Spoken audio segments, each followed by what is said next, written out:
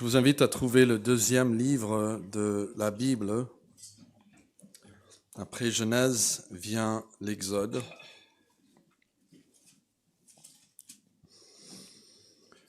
Nous avons déjà passé plusieurs messages dans ce livre. J'étais un peu surpris quand j'ai regardé la dernière fois que nous étions dans ce livre pour un sermon que j'ai prêché, était en avril de l'année dernière. Donc ça fait déjà plus qu'un an qu'on n'a pas été en Exode. Mais je priais, cherchais la volonté du Seigneur pour nos messages. Et je veux au moins pour 2 ou 3 mois revenir dans ce livre. Et ce que nous allons faire donc aujourd'hui, c'est un peu de revoir ce que nous avons fait. Je ne suis pas inquiet, je sais que vous l'avez oublié parce que moi aussi, je l'avais oublié. Et de voir aussi de nouvelles choses qui sont dans ce livre, en le présentant un peu comme un survol. Peut-être moins un survol qu'un résumé des thèmes clés de ce livre, ce très beau livre dans la Bible. L'Exode se déroule dans 2 endroits différents. 2 endroits différents. Je peux pas... Avant le livre d'Exode, le peuple de Dieu se trouvait, sauf pour juste à la fin de Genèse, mais il se trouvait dans le pays de Canaan. Sauf pour Joseph qui va aller, et puis tout à la fin, il va amener sa famille en Égypte. Et après les 5 livres de Moïse, ils vont retourner dans le pays de Canaan. Mais en Exode, ils se trouvent dans le pays d'Égypte. Et donc, il y a ces 2 centres d'intérêt géographique. Je vais vous donner plusieurs contrastes de ce livre. Je compte un peu sur le fait que vous connaissez l'histoire. Parmi toutes les histoires de la Bible, l'histoire de l'Exode est parmi les plus connues, même parmi ceux qui ne lisent pas la Bible. Mais peut-être vous aurez besoin cette semaine de relire au moins les premiers chapitres de l'Exode. Mais ils sont en Exode. En Exode, enfin en Égypte, avant de partir de l'Égypte. Regardez le premier chapitre et le premier verset. Voici les noms des fils d'Israël venus en Égypte, avec Jacob et la famille de chacun d'eux. Donc ils se trouvent en Égypte. Ils sont venus là avec Jacob qui a suivi Joseph. Et l'Égypte, c'est le lieu de la provision. Peut-être vous pouvez reculer juste d'une page. Genèse chapitre 47 dit que, verset 11, Joseph établit son père et ses frères et leur donna une propriété dans le pays d'Égypte, dans la meilleure partie du pays, dans la contrée de Ramsès, comme Pharaon l'avait ordonné.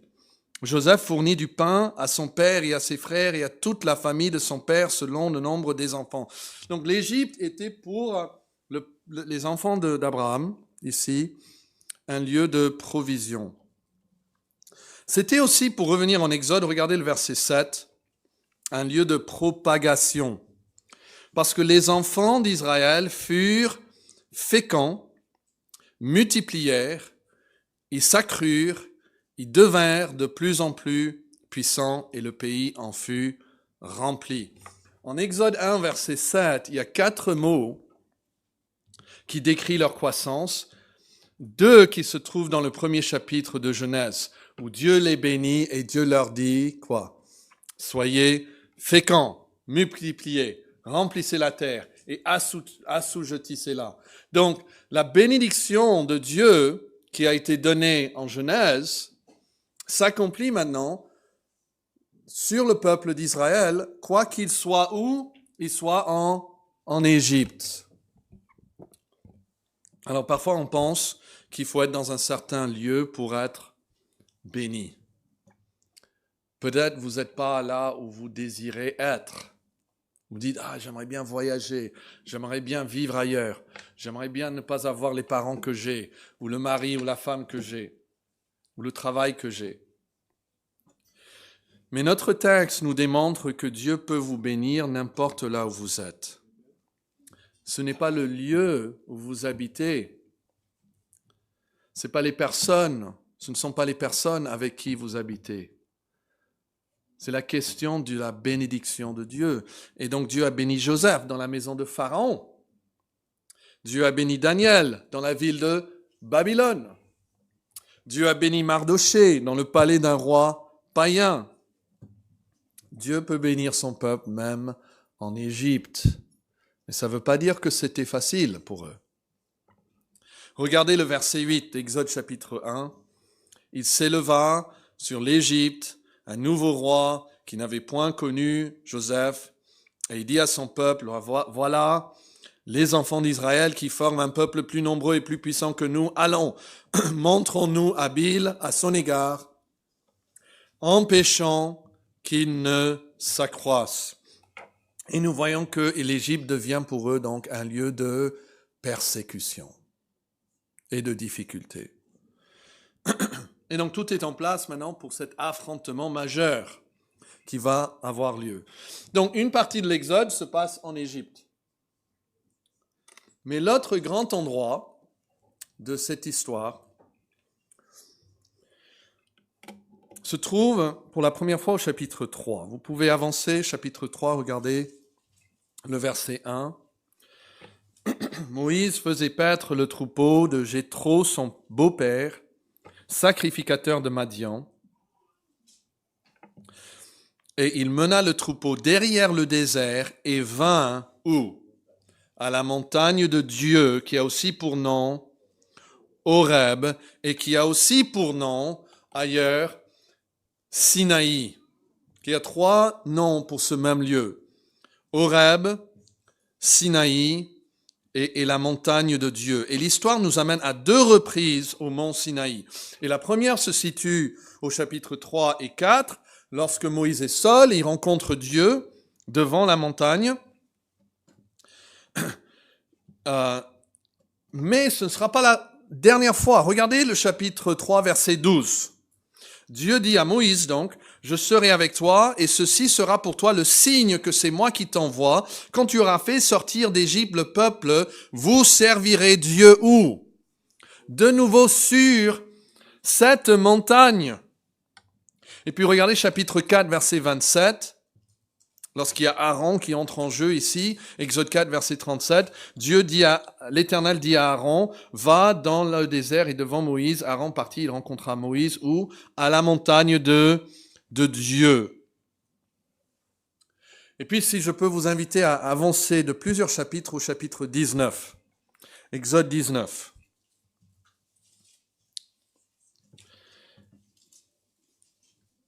Et le premier verset nous donne le nom de ce livre. Le 3e mois après leur sortie du pays d'Égypte.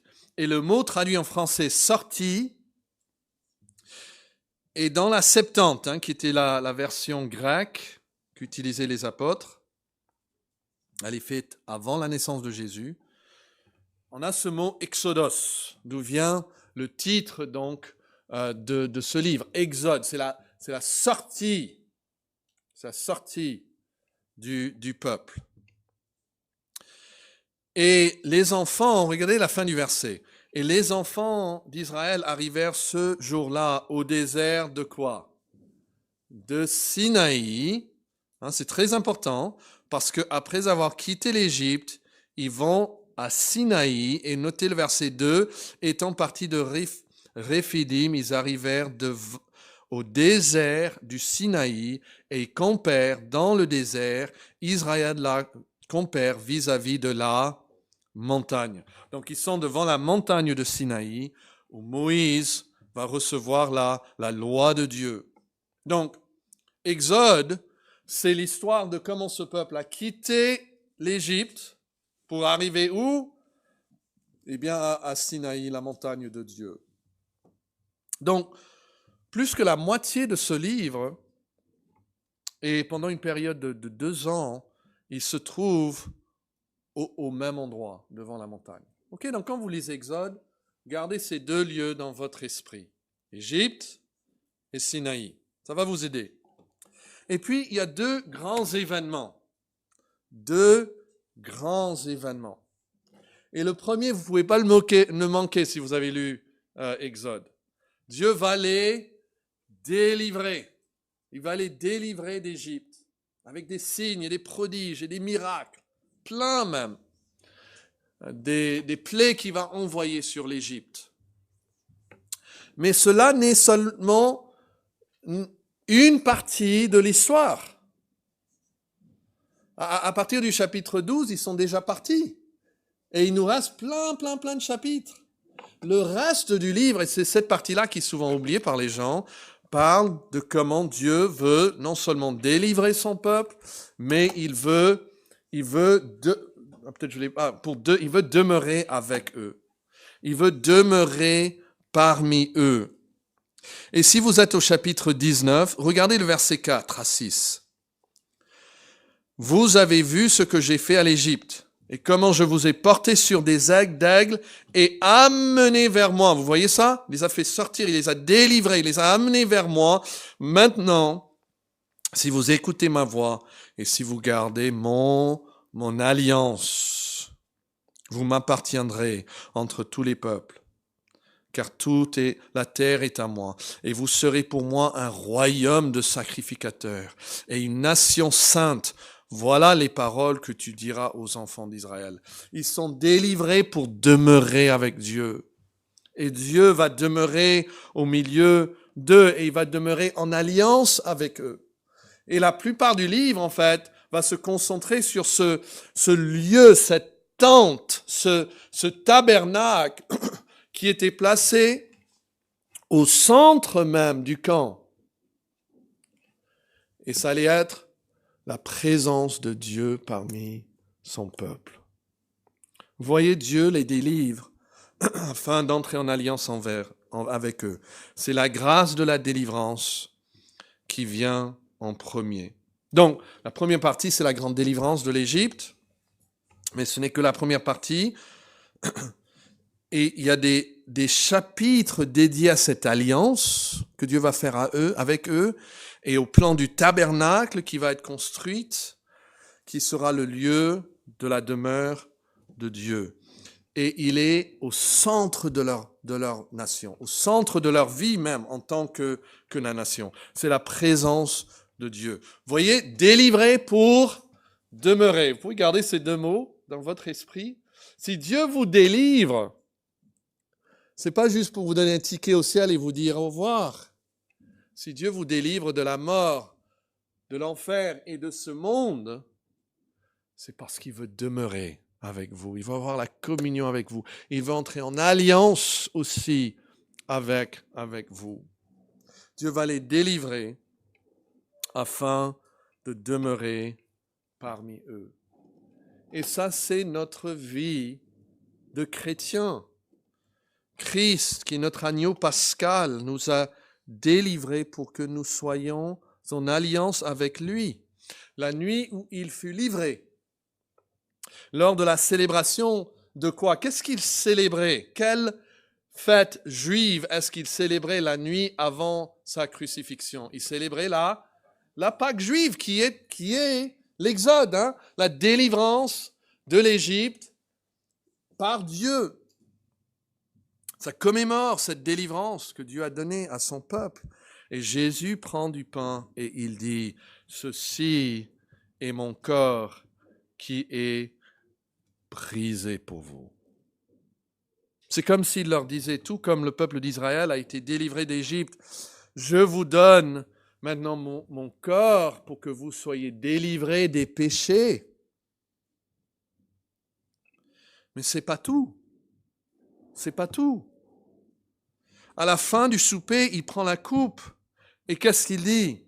Ceci est la nouvelle alliance maintenant en mon sang. Oui, une alliance, c'est une relation. Et nous avons toujours une célébration de la table du Seigneur en deux parties, même aujourd'hui, qui reflètent ces deux événements en Exode. Une première partie qui célèbre le corps de Christ brisé pour notre délivrance, et puis une deuxième partie qui célèbre l'alliance que nous partageons avec Christ lorsqu'il demeure avec nous et nous avec lui pour toute l'éternité.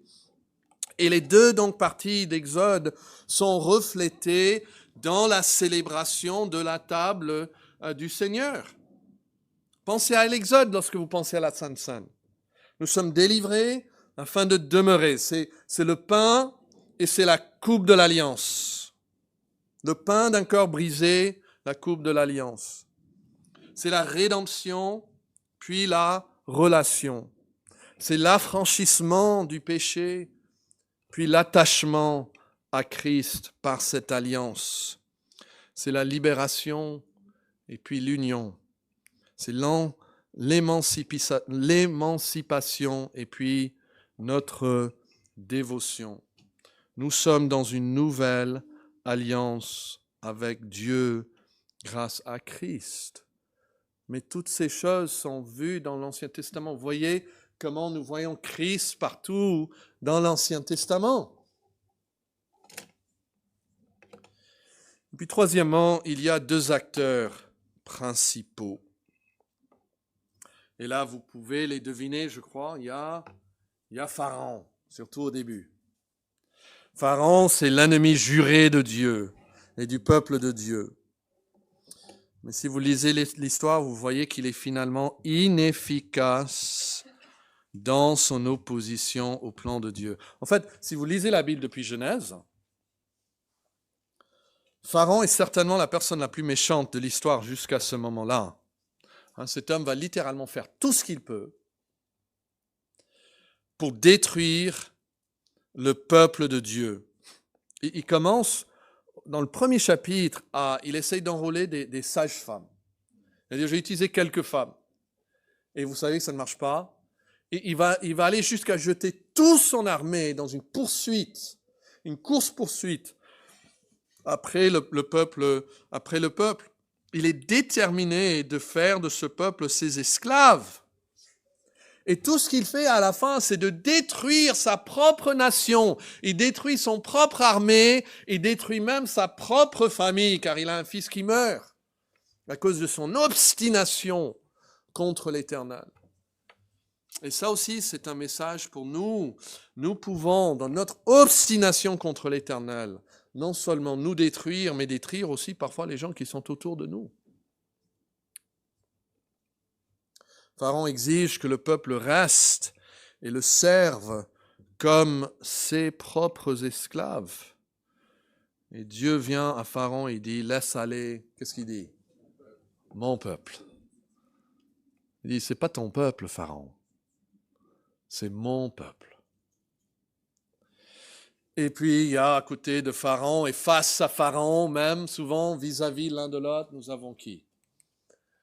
Nous avons Moïse, le serviteur choisi par Dieu et puis testé au désert. C'est ici, en fait, où nous étions lors de nos derniers messages en Exode, au chapitre 3. Mais en Actes 3, 22, la Bible dit, cite Moïse, et dit, Moïse dit, le Seigneur votre Dieu vous suscitera d'entre vos frères un prophète comme moi. Moïse dit ça. Et le peuple savait que Dieu allait susciter un autre prophète comme Moïse. Il allait être le Messie. Il a le droit, prêtre, mais aussi prophète comme Moïse. Et les Juifs de la Palestine du 1er siècle savaient que la promesse messianique s'accomplirait par la venue d'un homme semblable à Moïse. Et en fait, les parallèles entre Jésus et Moïse sont très nombreux. Ils sont tous les deux médiateurs d'une alliance. Tous les deux sont miraculeusement épargnés dans leur enfance même, parce qu'ils sont très petits. Tous les deux renoncent à une cour royale pour servir le peuple de Dieu. Nous l'avons lu tout à l'heure en Philippiens 2, où Jésus s'est humilié. Moïse aussi a renoncé à la cour. Tous les deux font preuve d'une compassion intense pour les autres. Tous les deux communient face à face avec Dieu. Et tous les deux, je l'ai dit déjà, sont médiateurs d'une alliance de rédemption. Mais comme le fait remarquer Luther, le Christ n'est pas Moïse. Il est bien meilleur. En fait, la Bible dit en hébreu que Moïse est comme le domestique, il est comme le serviteur dans la maison, mais le Messie est le propriétaire et le maître de la maison. Mais Moïse est testé au désert, comme Christ lui-même sera tenté au désert. Mais Moïse a ses fautes. Et Moïse qui écrit nous partage ses propres fautes, ses propres lacunes, ses propres péchés. Et donc il y a des comparaisons à faire avec Christ, mais aussi des contrastes à faire avec Christ. Donc il y a ces deux grands centres d'intérêt, l'Égypte et Sinaï. Il y a deux grands événements, délivrance pour que Dieu puisse demeurer. Il y a ces deux acteurs importants dans le livre, Pharaon et Moïse. Mais il est assez facile de discerner que derrière ces deux hommes, il y a quelque chose de plus grand. Quelqu'un de plus grand derrière Pharaon et quelqu'un de plus grand derrière Moïse. Il y a en fait deux êtres surnaturels en guerre l'un contre l'autre. Et là, je vous invite à reculer dans vos Bibles jusqu'à Genèse chapitre 3 et le verset 15. Est-ce que vous pouvez le chercher ? C'est ce qu'on appelle souvent le proto-évangile, c'est-à-dire le premier évangile. C'est la première annonce d'une bonne nouvelle après la chute. On devrait s'attendre, après la chute de l'homme, à que de mauvaises nouvelles, que le jugement. Ça aurait été juste, parfaitement juste pour Dieu de juger toute l'humanité. Mais dès qu'il y a eu besoin de l'évangile, Dieu annonce l'évangile. On voit la bonté de Dieu. Et ce qui est souligné dans ce verset, c'est la souveraineté de Dieu dans tout cela. Satan ne parle même pas. Ce n'est pas une dispute entre les deux. Ils ne vont pas chercher un compromis. Satan est silencieux et Dieu lui annonce ce qui va se passer. Regardez Genèse 3, verset 15. Il dit donc à Satan, « Je mettrai inimitié entre toi et ta femme, entre ta postérité et sa postérité, celle-ci t'écrasera la tête et tu lui blesseras le talon. » Quelle surprise, j'imagine, pour Satan. Il pensait probablement que l'issue serait le même que quand il avait péché avec les anges. Ils ont été chassés donc du ciel. Il a dit, ils vont chasser aussi les hommes maintenant du paradis, maintenant du jardin, et eux, ils seront maintenant avec nous. Il n'y aura pas de salut. Mais en fait, il y a une promesse de salut qui est donnée. Et cette promesse n'a pas changé jusqu'en 2024. Et il y a 3 étapes. Est-ce que vous pouvez le noter bien ? Il dit, je mettrai inimitié entre toi et la femme. Ok, ça parle d'Ève. Il va altérer la relation entre le serpent et Ève. Ève s'est mise du côté du serpent. Et en faisant cela, elle s'est mise en inimitié contre Dieu. Elle a écouté la voix de mensonge. Elle a mangé le fruit. Et Dieu dit non, maintenant, elle est en amitié avec Satan, en inimitié avec moi. Je vais changer la chose. Elle sera maintenant en inimitié avec toi, qui suggère qu'elle sera donc en amitié encore de nouveau avec Dieu. Il va sauver Ève de Satan. Deuxième étape, il dit, entre ta postérité Ça, c'est la postérité donc de Satan et sa postérité.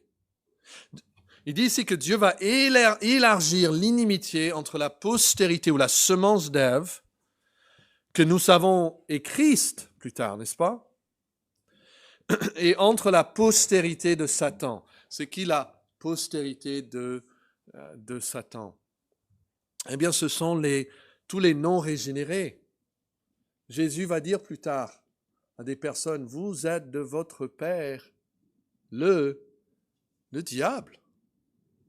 Et les œuvres de votre père, vous les accomplissez. Ça, c'est la semence de Satan. Il a une semence spirituelle. Ève aussi aura une semence. Et cette inimitié, en fait, il dit, va durer. Et puis, il donne l'issue du combat, jusqu'à ce qu'il y ait ce combat.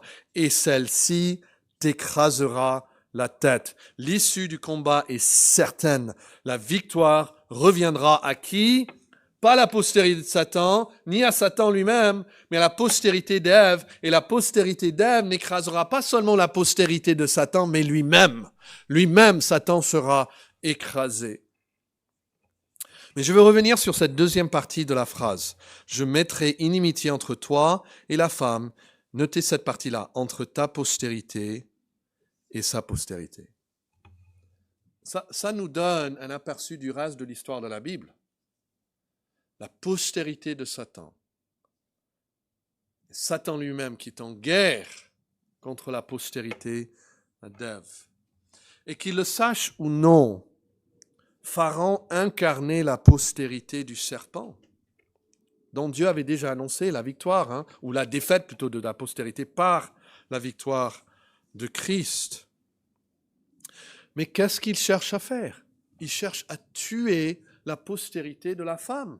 Il cherche à écraser l'ennemi dans l'œuf, comme on dit. Il cherche à tuer tous les petits garçons. Et il s'aligne ainsi avec l'Antichrist. Pharaon est un type de Satan, car il tient le peuple en esclavage tout en tentant de tuer leur sauveur. Il fait les deux. Il va essayer de tuer leur sauveur et les garder en esclavage. C'est exactement ce que Satan va faire, va tenter de faire. Donc il y a Satan derrière tout cela. Mais pas que Satan. Il y a aussi qui? Il y a Dieu. Il y a l'Éternel qui délivre par sa propre force et pour sa seule gloire. Et donc, l'Exode devient un autre champ de bataille dans la longue guerre entre Satan et Dieu. Satan est en Égypte. On parle du combat spirituel le mardi soir et dans un livre sur le combat spirituel, il y a un auteur qui qualifie l'Égypte comme le plus grand symbole de l'inimitié de Satan à l'égard des enfants d'Israël. Il dit, Satan est là et on voit l'inimitié de Satan contre le peuple d'Israël. On le voit, cette bataille qui se fait.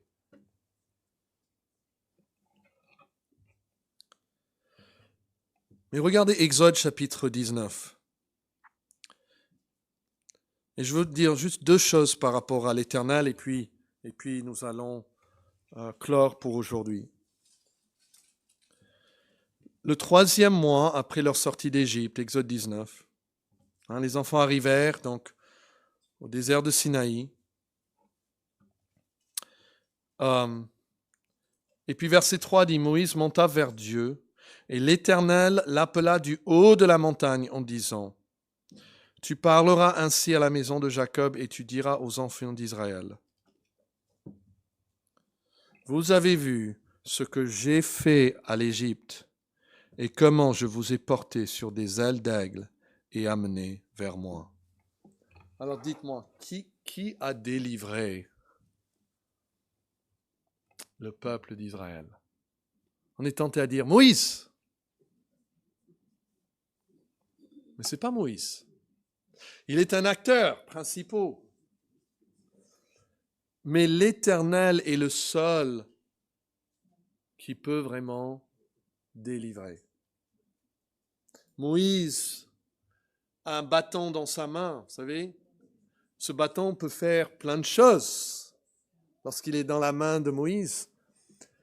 Mais ce que la Bible nous apprend, c'est que Moïse lui-même est simplement comme un bâton dans la main de Dieu. Et sans Dieu, Moïse ne peut rien faire, pas plus qu'un bâton. C'est Dieu qui délivre son peuple. Il le fait. Et mes amis, nous avons aujourd'hui le même Dieu. Il n'a pas perdu sa force. Il n'est pas vieux maintenant et incapable de nous aider. Il est toujours un Dieu qui délivre afin de demeurer avec son peuple. Il est le seul acteur. Et nous devons voir en lisant Exode la main puissante, pas de Moïse, mais la main puissante de Dieu qui sauve son peuple afin d'entrer en relation avec eux. Et pourquoi Dieu le fait? Pour notre dernier texte, regardez chapitre 15. Exode chapitre 15.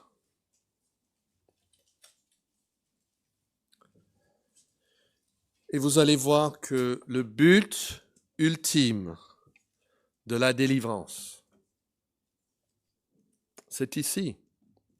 C'est un chant qui chante à l'Éternel. Regardez le premier verset, Exode 15. Alors Moïse et les enfants d'Israël chantèrent ce cantique à l'Éternel. Ils dirent, je chanterai à l'Éternel, car il a fait éclater sa gloire. N'est-ce pas une belle phrase? Il a fait éclater sa gloire.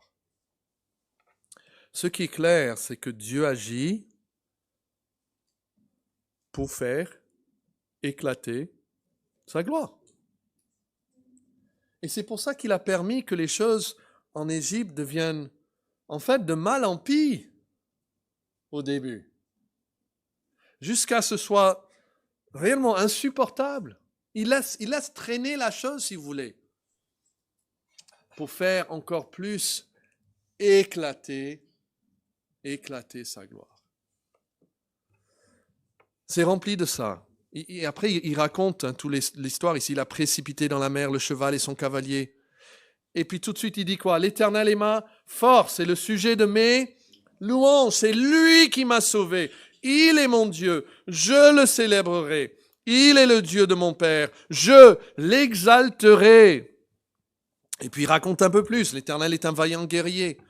L'Éternel est son nom, il a lancé dans la mer les chars de Pharaon et son armée. Ses combattants d'élite ont été engloutis dans la mer Rouge. Les flots les ont couverts, ils sont descendus au fond des eaux comme une pierre. Ta droite, ô Éternel, a signalé sa force. Ta droite, ô Éternel, a écrasé l'ennemi. Par la grandeur de ta majesté, tu renverses tes adversaires. Tu déchaînes ta colère, elle les consume comme du chaume. Au souffle de tes narines, les eaux se sont amoncelées, les courants se sont dressés comme une muraille, les flots ont durci au milieu de la mer. L'ennemi disait, je les poursuivrai, j'atteindrai, je partagerai le butin, ma vengeance sera assouvie, je tirerai l'épée, ma main les détruira. Verset 10, tu as soufflé de ton haleine. C'est pas beaucoup, c'est pas un gros effort là. Mais tu as soufflé de ton haleine et la mer les a couverts. Ils se sont enfoncés comme du plomb dans la profondeur des eaux. Et verset 11. Qui est comme toi parmi les dieux, ô Éternel? Qui est comme toi, magnifique en sainteté, digne de louange, opérant des prodiges? Le salut vient de Dieu seul. Et c'est pour sa gloire seule qu'il le fait. Ça, c'est le message d'Exode. Et donc c'est avec assez de facilité, je pense, qu'on peut même se retrouver dans cette histoire. On n'a pas les mêmes circonstances. Mais nous avons connu l'esclavage que donne le péché. Et nous pouvons connaître la délivrance que seul Christ peut nous donner. Et tout cela, c'est pour nous pousser à chanter comme ils ont chanté. Qui est comme toi? Qui est comme toi, magnifique, en sainteté, digne de louange? Prions. Notre Père céleste, nous sommes si reconnaissants que tu as inspiré et préservé ce récit d'Exode pour nous. Et nous te louons de ce que nous pouvons nous identifier avec le peuple de Dieu,